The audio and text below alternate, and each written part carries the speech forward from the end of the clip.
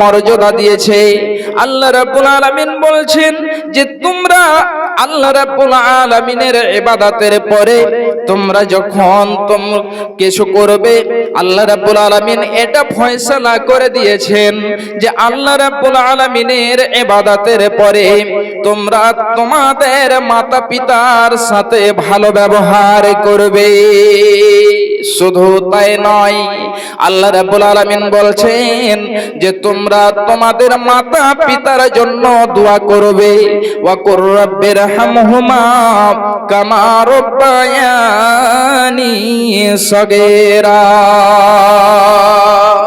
মাতা পিতার জন্য দোয়া করতে হবে, আল্লাহর কাছে দোয়া করতে হবে। আল্লাহ নিজের দয়ার মায়ার যেন চাদর খানাকে বিছিয়ে দিয়ে আল্লাহর কাছে দোয়া করতে হবে, আল্লাহ যে মতো আমার সাথে ভালো ব্যবহার করেছে, যে মতো আমাকে ছোটবেলায় লালন পালন করেছে, আল্লাহ তুমি ঠিক ওই মতোই আমার মাতা পিতার সাথে ভালো ব্যবহার করবে। আল্লাহ তুমি ওই মতোই তাদের সাথে আচরণ করবে। আমার ভাইজান, আমার মা, আমার বোনেরা, মায়ের কতটা মান সম্মান দেওয়া হয়েছে, ইসলাম কতটা দিয়েছে খুব ভালো করে শুনুন। একদা বিশ্বনবী জনাবি মুহাম্মদুর রাসূলুল্লাহ সাল্লাল্লাহু আলাইহি ওয়াসাল্লামের কাছে একজন সাহাবী আসলেন এবং এসে বিশ্বনবীকে বলছেন যে ইয়া রাসূলুল্লাহ, হে আল্লাহ পাকের নবী, হে আল্লাহ পাকের রাসূল, আপনি বলুন তো পৃথিবীতে যত আমল রয়েছে এর মধ্যে সবচেয়ে ভালো আমল কোনটি? বিশ্বনবী আমার কয়েক জায়গাতে কয়েকখানা আমলের কথা বলেছেন। কোন জায়গাতে নামাজকে তার সময়ের উপরে আদায় করা এটা সবচেয়ে ভালো আমল বলেছেন। কোন সময়তে জিহাদ ফি সাবিলিল্লাহ বিশ্বনবী আমার বলেছেন যে এটা হলো সবচেয়ে ভালো আমল। কিন্তু বিশ্বনবী আমার এক জায়গাতে বলছেন যে হে সাহাবী শুনো, সবচেয়ে ভালো আমল হলো তোমার মাতা পিতার সাথে তুমি ভালো ব্যবহার করবে। মাতা পিতার সাথে তুমি সৎ আচরণ করবে। মাকে কখনো গালি দেবে না, মাকে কখনো জ্বালা যন্ত্রণা করবে না। এ আমার ভাইরা, এ আমার মায়েরা, খুব ভালো করে শুনুন। এই মাতা পিতার যদি আপনি অসম্মানী করেন, তাদের যদি আপনি কথা না মানেন, তাহলে হতে পারে আপনার সাথে কি ব্যবহার হতে পারে, আপনার সাথে কি হতে পারে। একটা ছোট্ট করে হাদিস আপনাদেরকে আমি শোনাচ্ছি। যে ঘটনাটি হযরতে আওয়াম বিন হাওসাব রাহমাহুল্লাহ আলাইহি বলছেন। আওয়াম বিন হাওসাব তিনি বলছেন যে একদা আমি আসরের নামাজ আদায় করলাম এবং আসরের নামাজ আদায় করে আমি বের হলাম, সওয়ারিতে সওয়ার হলাম। যেতে যেতে যেতে যেতে একখানা কবরস্থান পেলাম। ওই কবরস্থানের কাছে আমি যে দাঁড় হলাম, সালাম করলাম, তাদের জন্য আমি দোয়া করলাম। এমন সময়তে আমি দেখতে পেলাম যে একখানা কবর যেন ফেটে ওই কবর থেকে একটি মানুষ বের হলো, যার উপর ধড়টি হলো গাধার মতো এবং নিচন ধড়টি হলো মানুষের মতো। যখন আমি এই দৃশ্যটি দেখতে পেলাম তখন যেন আমি হতবাক হয়ে গেলাম, আমি অবাক হয়ে গেলাম যে এটা কেমন কথা। একটা মানুষের উপর দিক হলো গাধার মতো এবং নিচন দিকটা হলো মানুষের মতো, একটাই মানুষ কি করে এই মতো হতে পারে? আমি অবাক হয়ে গেলাম দৃশ্যটা দেখে। এমন সময়তে আমি দেখতে পেলাম কবরস্থানের এক সাইডে একটা মহিলাকে দেখতে পাওয়া যাচ্ছে। আমি ওই মহিলাটির কাছে গেলাম, যে আমি সেই মহিলাটিকে বললাম, এ আমার মা, আপনি বলুন তো আমি এই দৃশ্যটা দেখলাম, আমার চোখ সত্য দেখেছে না আমার চোখ মিথ্যা দেখেছে? আমি যে ঘটনাটা দেখলাম এই ঘটনাটি সত্য না মিথ্যা আমার নিজেও যেন বিশ্বাস হয় না, এটা কি করে হতে পারে? এবারে যেন সেই মহিলাটি বলছে, বেটারে ওই যে দেখো ওই জায়গাতে একটি বুড়ি মহিলা রয়েছে, যেই মহিলাটি সেখানে যেন দাঁড় হয়ে রয়েছে, ওই মহিলাটি হলো এই ছেলেটির মা। যখন সে ছেলেটি বেঁচে ছিল এমন সময়তে মা যেন বলতো, বেটা আমার শোনো, তুমি নামাজ আদায় করো এবং তুমি যে মদ পান করেছো, নেশা পান করেছো, বেটা তুমি মদ পান করবে না। যখন মা তাকে কথা বলেছে, মা যখন বলেছে তার উত্তরে বেটা বলছে, মা তুমি শুধু গাধার মতো আমার সাথে চিৎকার করে বলছো, শুধু তুমি আমার সাথে চিৎকার করতে থাকো, মা তুমি শুধু আমার সাথে গাধার মতো ব্যবহার করছো।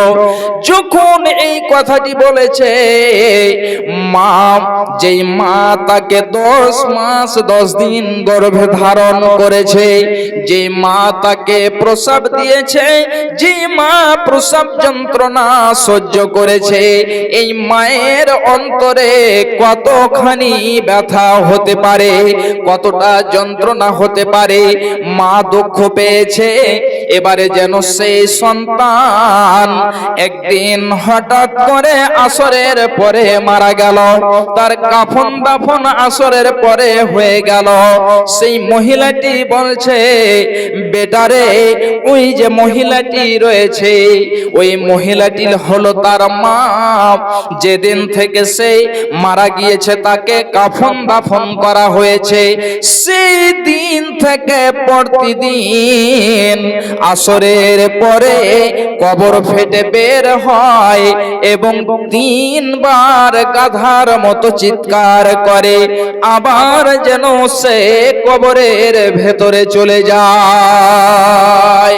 তাহলে একবার বলুন, মায়ের যদি অন্তরে আঘাত লেগে থাকে, মাকে যদি আপনি দুঃখ দিয়ে থাকেন, এই মতো যদি পিতাকে দুঃখ দিয়ে থাকেন, আর মা যদি দুঃখ পায়, আপনাকে যদি ক্ষমা না করে দেয়, তাহলে হতে পারে আপনার সাথেও এই ব্যবহার হতে পারে।